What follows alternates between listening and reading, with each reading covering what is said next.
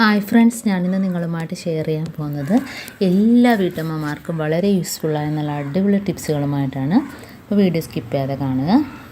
അപ്പോൾ ഫസ്റ്റ് ടിപ്പിലോട്ട് കിടക്കാം. അപ്പോൾ നമ്മൾ ഇതേപോലെ പെയിൻ ചീപ്പാണേലും ഏത് ചീപ്പാണേലും നമ്മൾ ചെയ്യുമ്പോഴത്തേനും മുടിയിൽ നല്ല തിക്കുണ്ടെങ്കിൽ തന്നെ നമുക്ക് പെയിനൊക്കെ നല്ല രീതിയിൽ തന്നെ നമുക്ക് വടിച്ചെടുക്കാൻ പറ്റും. കാരണം ഇതിനകത്ത് വാസലിൻ തേക്കുമ്പം നമ്മളെ മുടിക്കകത്ത് എത്ര തിക്കുണ്ടെങ്കിലും നല്ല രീതിയിൽ തന്നെ ഇറങ്ങുകയും ചെയ്യും. അതല്ല മുടി വേദന എടുക്കത്തുമില്ല. നമുക്ക് ഈ രീതിയിൽ പേനെല്ലാം നല്ല രീതിയിൽ തന്നെ ചീവിയെടുക്കാം.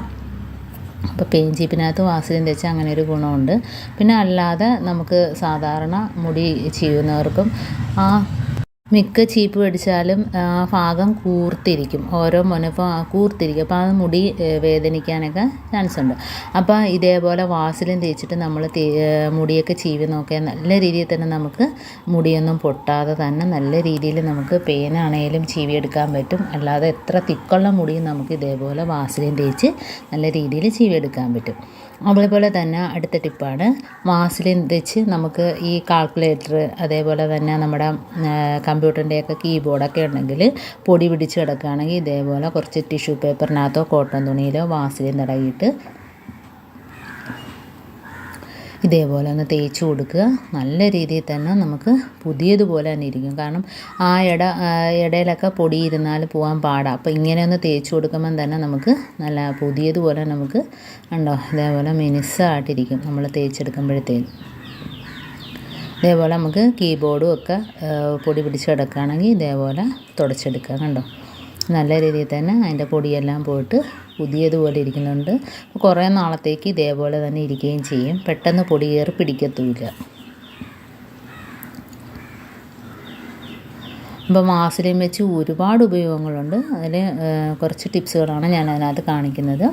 അടുത്തത് വാസലിൻ വെച്ച് തന്നെ നമുക്ക് താക്കോല് കുറച്ച് ഇതേപോലെ ഒന്ന് സ്പ്രെഡ് ചെയ്ത് കൊടുത്താൽ മാത്രം മതി.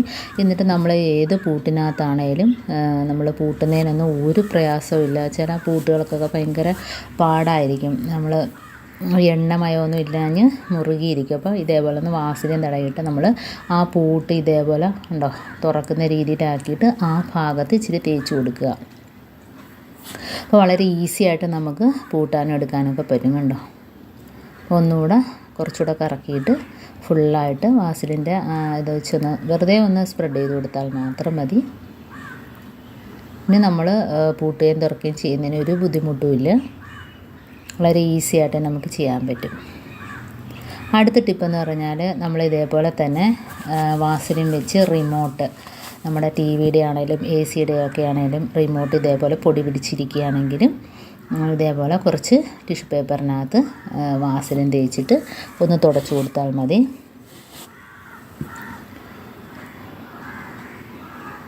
ഇപ്പോൾ ഒരു സ്വല്പം മാത്രം മതി നമുക്ക് ടിഷ്യൂ പേപ്പർ തേച്ചിട്ട്, അതല്ലെങ്കിൽ കോട്ടൺ തുണി വെച്ചാണേലും തുടച്ചാൽ മതി. അപ്പോൾ ഇതൊന്നും വെള്ളം വെച്ച് ഒരിക്കലും തുടയ്ക്കരുത്. കാരണം ഇങ്ങനെ വാസലിൻ വെച്ച് തുടയ്ക്കുന്നതായിരിക്കും നല്ലത്. കാരണം അതിൻ്റെ ഇടയിലൊക്കെ വെള്ളം ഇറങ്ങിയിട്ട് റിമോട്ടൊക്കെ കംപ്ലൈൻ്റ് ആകാൻ സാധ്യതയുണ്ട്. അപ്പോൾ കണ്ടോ നല്ല രീതിയിൽ തന്നെ പുതിയതുപോലെ ആയിട്ടുണ്ട്. കണ്ടോ അപ്പോൾ ഇതേപോലെ തന്നെ നമ്മുടെ എന്ത് സാധനവും പൊടി പിടിച്ച് കിടക്കും നമുക്ക് ഇതേപോലെ തുടച്ചെടുക്കാം. ഇനിയിപ്പോൾ അടുത്ത ടിപ്പിലോട്ട് കിടക്കാം. അടുത്ത ടിപ്പെന്ന് പറഞ്ഞാൽ നമ്മൾ വളയാണേലും മോതിരമൊക്കെ ആണേലും കയ്യിലിടാനൊക്കെ ബുദ്ധിമുട്ടുള്ള സമയത്ത് ഇതേപോലെ കുറച്ച് വാസലിനൊന്ന് കയ്യിലൊന്ന് തടവി കൊടുത്തിട്ട് നമുക്ക് വളരെ ഈസി ആയിട്ട് എത്ര ടൈറ്റായിട്ടുള്ള വള വേണേലും നമുക്ക് വളരെ ഈസി ആയിട്ട് നമുക്ക് ഇടാൻ പറ്റും. കണ്ടോ അപ്പോൾ ഇങ്ങനെയൊക്കെയുള്ള ഒരുപാട് ഉപകാരങ്ങളുണ്ട് വാസലിൻ കൊണ്ട്. അതേപോലെ തന്നെ മോതിരം ആണെങ്കിലും നമുക്ക് ഇടാൻ പറ്റും.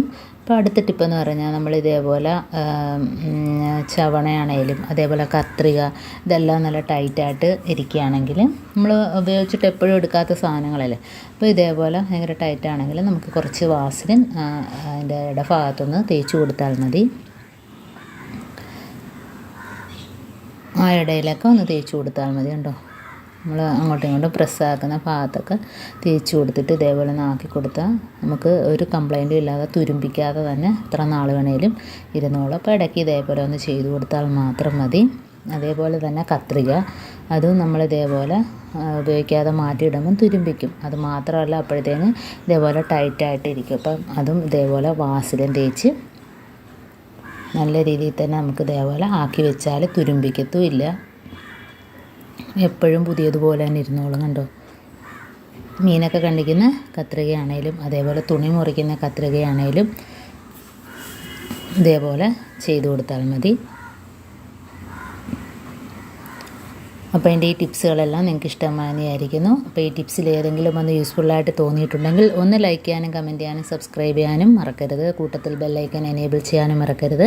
എന്നാൽ മാത്രമേ ഞാനിടുന്ന ഓരോ വീഡിയോസും നിങ്ങളുടെ മുമ്പിൽ നോട്ടിഫിക്കേഷനായി എത്തുകയുള്ളൂ. അപ്പോൾ ഇനിയും നല്ല നല്ല ടിപ്സുകളുമായിട്ട് വീണ്ടും കാണാം. അതുവരേക്കും താങ്ക്സ് ഫോർ വാച്ചിങ്.